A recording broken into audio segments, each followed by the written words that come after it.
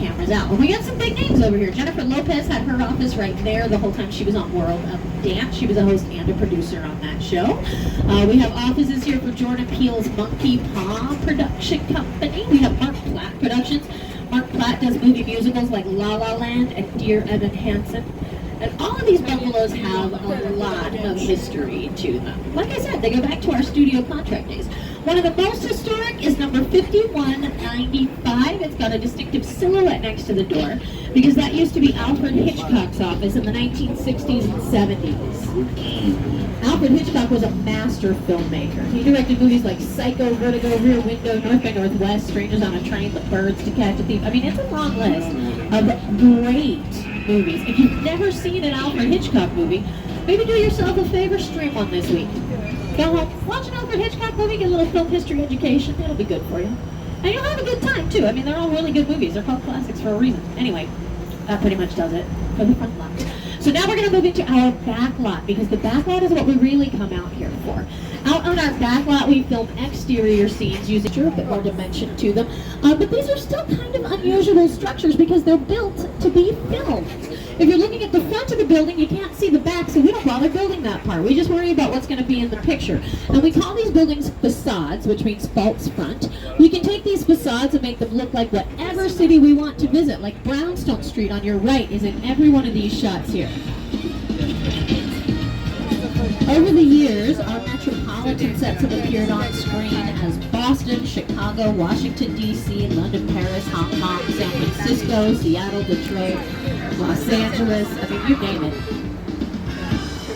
Probably the most recognizable portion of our metro area is the courtyard we are heading into now. We call this area Courthouse Square.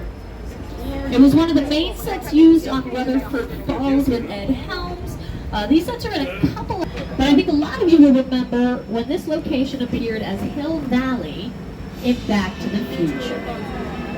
That City Hall building on your left was the clock tower in Back to the Future, parts 1 and 2. Now some of you might be looking at your screens and thinking, wait a second, that building looks different. And I gotta tell you, you're right, it does look different. The Back to the Future was a while ago. And since then, lots and lots of other projects have filmed in this exact same location. I already mentioned and when it's time to go to the big city, all we have to do is turn the corner. The main street of our metropolitan area is called New York Street. That's where we're headed now. And I'm sure you can guess why we call this New York Street, because it shows up as New York City more often than any other location. Jimmy Fallon knows New York better than I do, so I'm going to throw things over to him to show you how this one works. Hey everyone, welcome to New York! I got my start right here in New York on Saturday Night Live. This is actually my old neighborhood. Once got mugged over there by an old woman. Tough lady. This is my favorite hot dog guy. Hey buddy, how's it going? Remember me? No. Just like old times. Gotta love New York City. Hey, I'm walking here! I'm walking here! Hey, it's cool guys. I was just walking there. So it's not exactly New York, but a lot of times when you see New York in the movies, it was shot. I like to just take you away from your life and sweep you into a convent and go on ship you're sailing to a lost island and you're encountering monsters.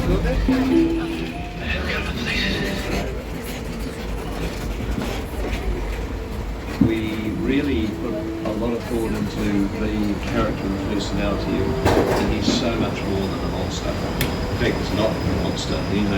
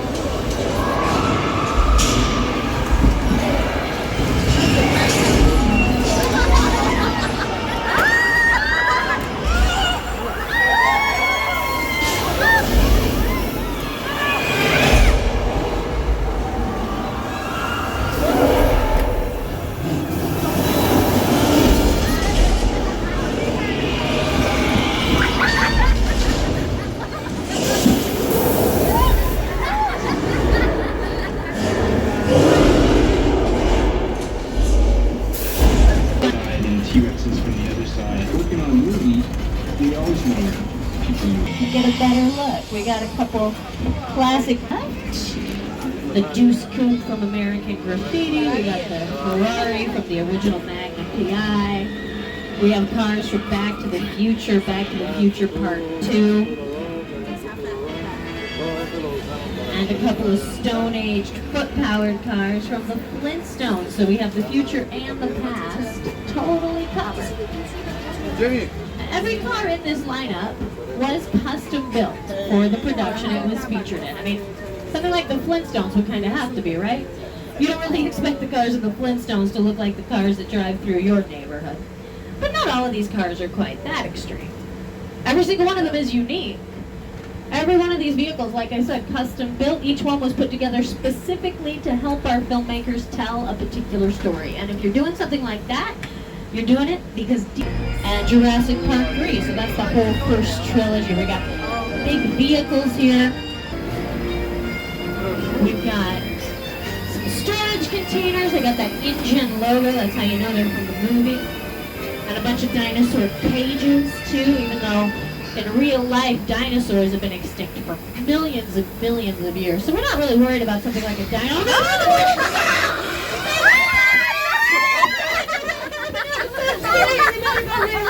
So everyone can get good photos.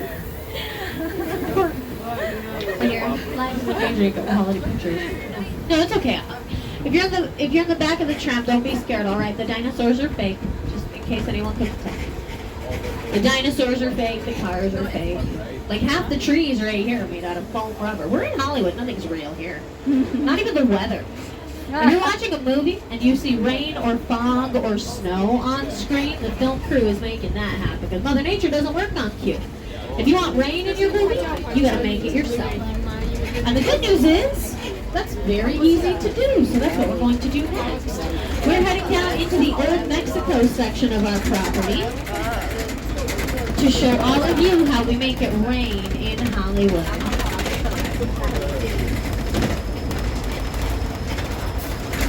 The first thing we need to do is just get down where everybody can see a little better. And once we're in position, we can start with some thunder and lightning.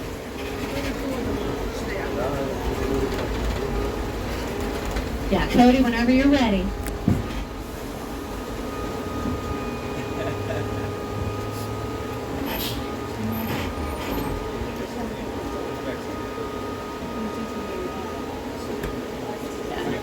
No, it's all right, buddy. You'll figure. It's okay, guys. He's new.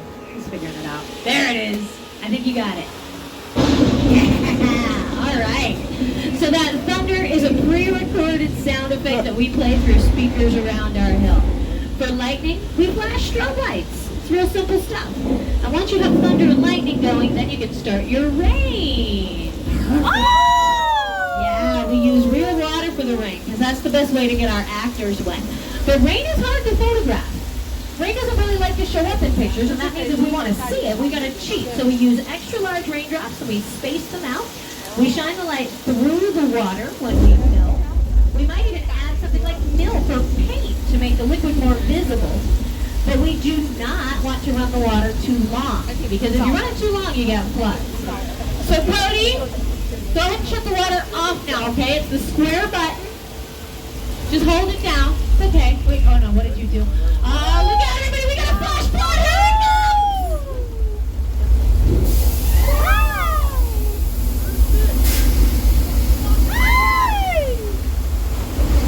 Yeah, we did the flood on purpose too. Here's what our flash flood looked like in the movie Big Fat Liar with Paul Giamatti.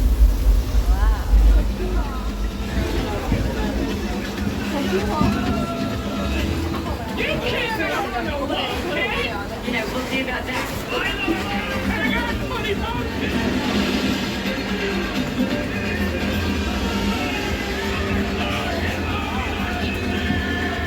Okay, quick side note, I want to let everybody know we are hitting roughly the halfway point of the tour, so that gives you a general idea how much time is left. They like us to do a safety reminder at the halfway point, so everybody please do remain seated at all times. Keep your hands, arms, legs, head, feet, everything inside the tram with you. And remember, we have this red emergency cord above your head in case you need to call for assistance. And now I'd like to welcome you to the Old West. Around these parts, when we say Old West, we really do mean old. These Western sets include some of the oldest Hollywood structures still standing anywhere in the world when the movies were still silent. Some of Hollywood's most famous cowboys got their start right here. Guys like John Wayne and Kirk Douglas up on your screens right now. Over the years, these Western sets have seen lots of famous cowboy faces. I'm talking Robert Redford, Lee Van Cleef, Clint Eastwood. I just want to check out 6 Points, one of the oldest sets on the Universal line. I hear this is where John Wayne and Jimmy Stewart shot a few of their westerns. That's right. That's where I aim to shoot you. Looks like we got ourselves a Mexican standoff. Lucky shot. Now what scene? Western sets in the movie Once Upon a Time in Hollywood with Brad Pitt, as well as the... Once upon a time, this village was France for the Phantom of the Opera. This was Transylvania for Dracula. It was Austria for Frankenstein. It was Wales for the Wolfman. Over the years, these sets have been decorated to look like South America, the Middle East, the Caribbean. I already said Egypt, India, China, the fictional country of Genovia for the Princess Diaries 2, a royal engagement. Like basically anywhere that's not the United States, we just come here and we figure it out. For a couple of years, we even turned this neighborhood into the afterlife for the good place. You, Eleanor Shellstrom, are dead. Cool. This location, the afterlife, come on. I've never ever seen this. You're in the good place. I'm not supposed to be here. I can't risk going to the bad place. Maybe it's not all that bad. How can I help you? What is the bad place like? Well, it doesn't sound awesome. You can watch all 4 seasons of The Good Place on Netflix right now. But you know, the real legacy of Little Europe, all Universal monsters. This courtyard on your right-hand side is called the Court of Miracles, one of the oldest locations on our property. That's what we... The Invisible Man, Phantom of the Opera, classic films are just brilliantly made. That Frankenstein image, flathead, all. Yosemite Island is kind of cool because it's not a California beach. I mean, we don't really need that on our back lot. If we want to film Malibu, we go to the beach. But this looks more like, I don't know, maybe Cape Cod. Martha's Vineyard. Ooh, oh, do you see that fin? It looks like there's a shark in our water. Oh, this is perfect timing. You're going to get such great photos. I love it. That's so... Oh, and there's one of our divers. Hey, Pete! Pete, did you see the shark? It looked like it was heading for you. Uh-oh. Pete, are you okay? Can you give me like a wave or a thumbs up, Pete? Pete? Oh, for Pete's sake, we're going to have to call that. Don't panic, folks. We're safe here on the track. We're going to pull forward, and we'll hang out next to these highly flammable gasoline tanks, because that's not dangerous or weird. We can talk a little bit about these sets, what kind of productions they've been used in. Oh, hang on. Something's got a hold of the pier. Wow. Oh, it's got to be big to do that. If it gets at the gas lines, that's okay. Yeah, that's probably bad.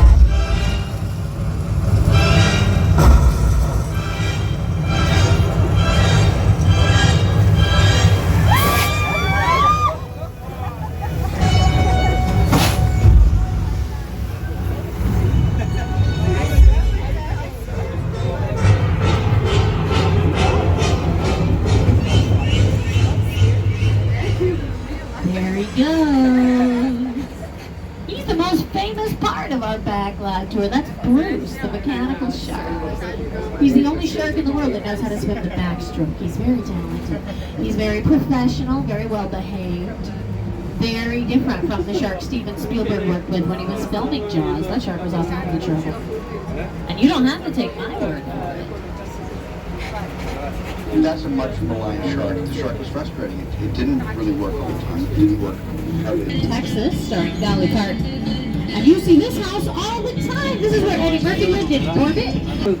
I just have a pretty solid case, because I know this is the most frequently filmed location on our property. And we call it Colonial Street. For a few years, it was called Wisteria Lane on ABC's Desperate Housewives. If there is one thing everyone in suburbia can appreciate, it's a good neighbor. So if you watched Desperate Housewives back in the day, you might wreck a film in that time. I mean, just in the last year or two, pretty much every TV show that considers the universal law of horse. We've been filming this neighborhood since the late 1940s. And it's like we talked about earlier, every project that films in the same location is going to make some changes. But those changes don't have to be huge. There are a lot of neighborhoods all over North America that look really, really similar. So, you know, we just pick 2 or 3 houses and paint them different color. Or maybe we put new flowers in the yard, do a little landscaping. The most important thing is to give the street a new name. Because if you give it a new name, I mean, it's a totally new place. These cars don't get signage because they tend to come and go as they please, which is fine. It just means we never know exactly what we're going to find up here. We try to have a good showing of different cars from the Fast and the Furious movies, because, you know, if you're talking picture cars, Fast and Furious is a pretty good go. Norman Bates met all of his victims in the movie Psycho.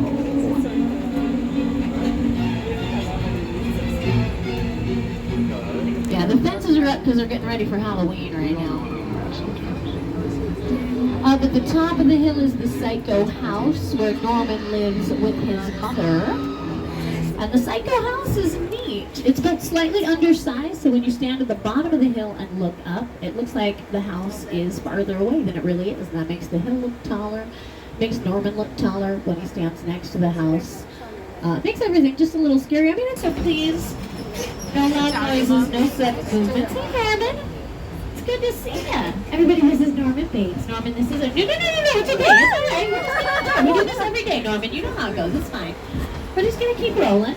Okay, we're going to head into one of the most spectacular sets now ever built on any Hollywood lot. This is the Colossal Crash Site set from Steven Spielberg's War of the Worlds. That is a real 747 right there. And it was destroyed on purpose in 2005 to film this unbelievable scene.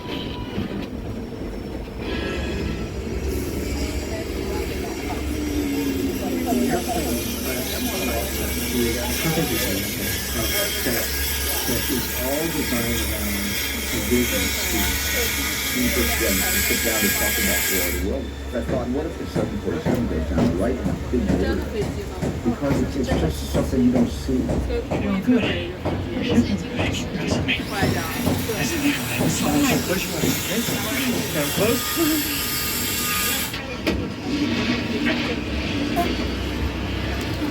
Nostalgic, small-time Southern California amusement park owned by former child star Ricky Juke Park.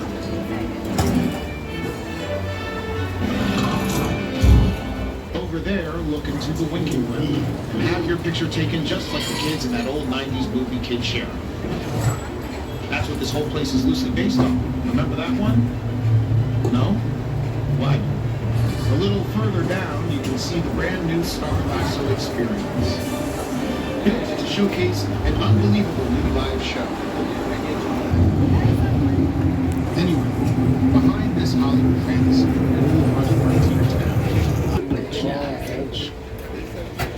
There's a party, so we're going to hear what he has to say, and then we're going to go to this party for a couple minutes.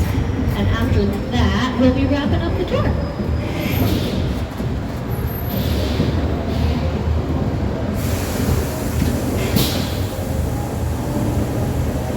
My name is Roman Pierce.